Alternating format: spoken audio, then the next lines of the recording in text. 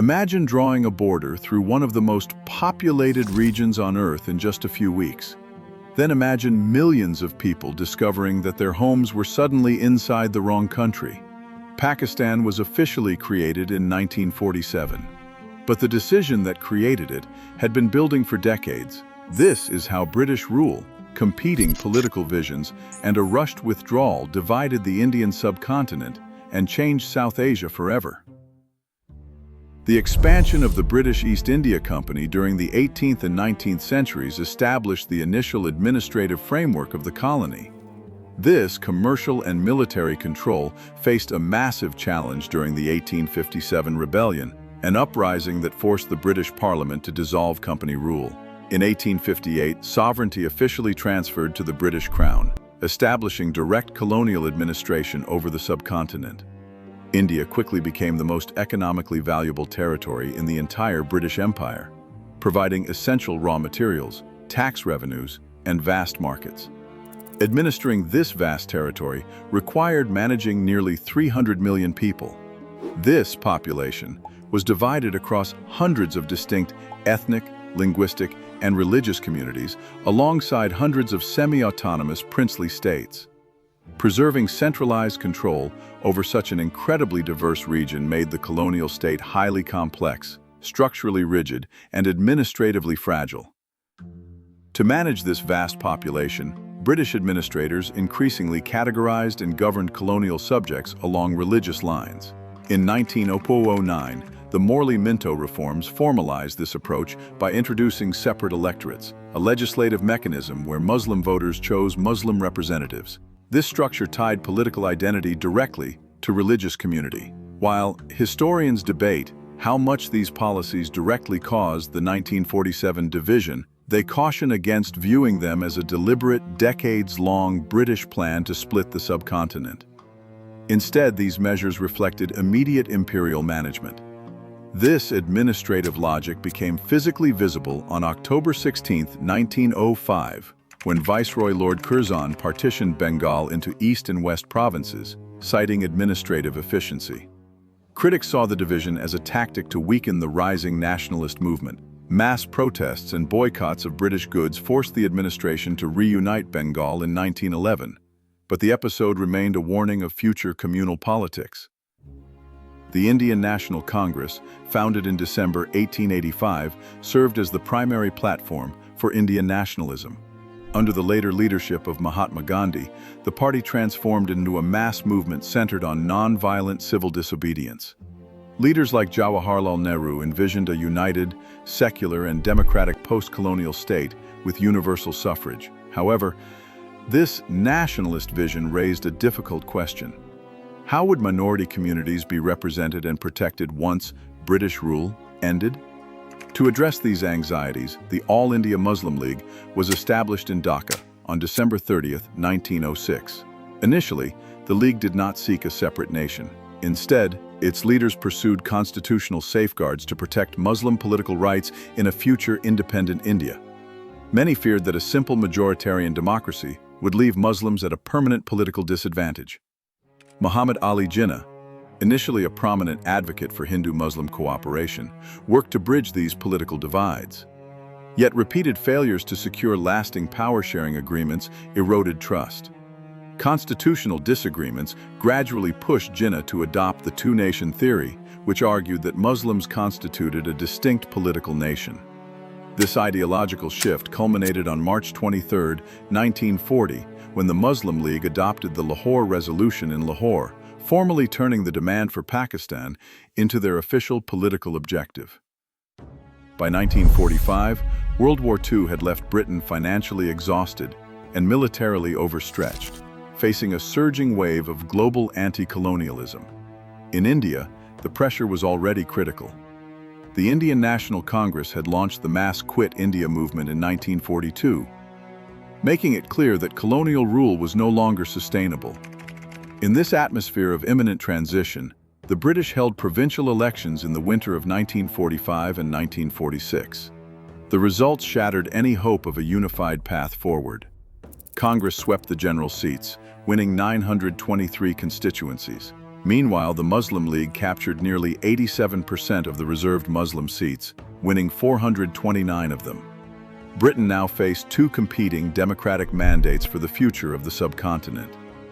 When the British cabinet mission of 1946 failed to negotiate a compromise, political deadlock turned into a humanitarian crisis. On August 16, 1946, the Muslim League called for Direct Action Day. This strike rapidly collapsed into communal violence in Calcutta, triggering a chain reaction of bloodshed that soon spread into Bihar and the Punjab. In March 1947, Admiral Lord Louis Mountbatten arrived as the final Viceroy of India, tasked with overseeing a transition of power originally scheduled for June 1948. Faced with escalating communal violence and a colonial administration on the brink of collapse, Mountbatten chose to radically advance the schedule. On June 3, 1947, he announced that British rule would end in just over 2 months, on August 15th.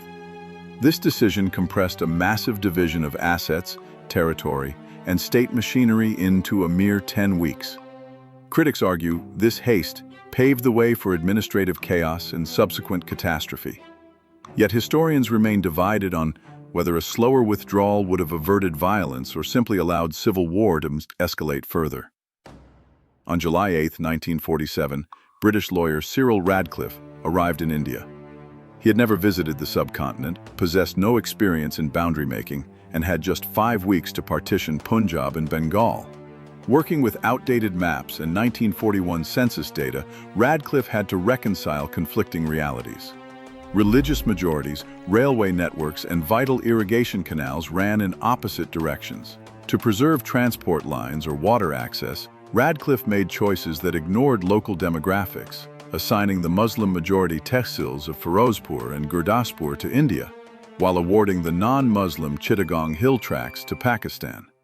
Every pencil stroke across the map transformed millions of families into instant minorities.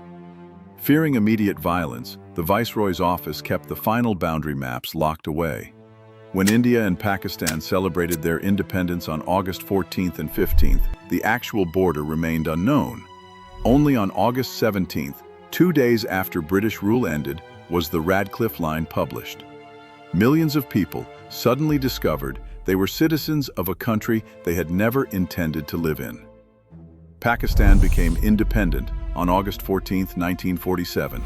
India followed 1 day later, on August 15, 1947. As the new borders became official, a vast humanitarian displacement began. Between 14 million and 18 million people fled their homes, crossing the newly drawn frontiers in opposite directions. Hindus and Sikhs moved eastward, while Muslims went west. Refugee trains, overloaded with families clinging to the roofs and sides, became the defining symbol of this mass flight. Within days, family homes, ancestral businesses, and entire neighborhoods vanished. Violence erupted along the migration routes, turning the flight into a struggle for survival. Scholars estimate the resulting death toll ranges from several 100,000 to perhaps 2 million people. These numbers remain highly disputed, but they reflect a lived tragedy that shattered millions of lives. More than 500 semi-autonomous princely states faced an immediate choice to join either India or Pakistan. In Jammu and Kashmir, Maharaja Hari Singh delayed his decision to preserve independence. This standstill shattered on October 22, 1947, when armed Pashtun tribal militias crossed the border from Pakistan. To secure Indian military intervention, the Maharaja signed the Instrument of Accession on October 26. Indian forces immediately airlifted into Srinagar, escalating the confrontation into the First Indo-Pakistani War. A United Nations ceasefire on January 1, 1949, split the region along a temporary line of control, establishing a territorial dispute that remains unresolved today. Which factor do you think made partition unavoidable? British colonial policy, political rivalry, or the rushed British withdrawal? Share your thoughts respectfully below. In the decades that followed, India adopted a secular democratic constitution, while Pakistan faced refugee resettlement and difficult institution building, which saw military influence increase over time. The two nations fought wars in 1965 and 1971. leading to the emergence of Bangladesh, an event distinct from Pakistan's 1947 creation. Both countries became nuclear powers in 1998. Partition is not merely past history. It continues to shape diplomacy, national identity, military planning, and regional security across South Asia. Pakistan emerged not from a single border decision, but from decades of colonial rule and deep political division. Next, we explore why Kashmir became the conflict partition never resolved.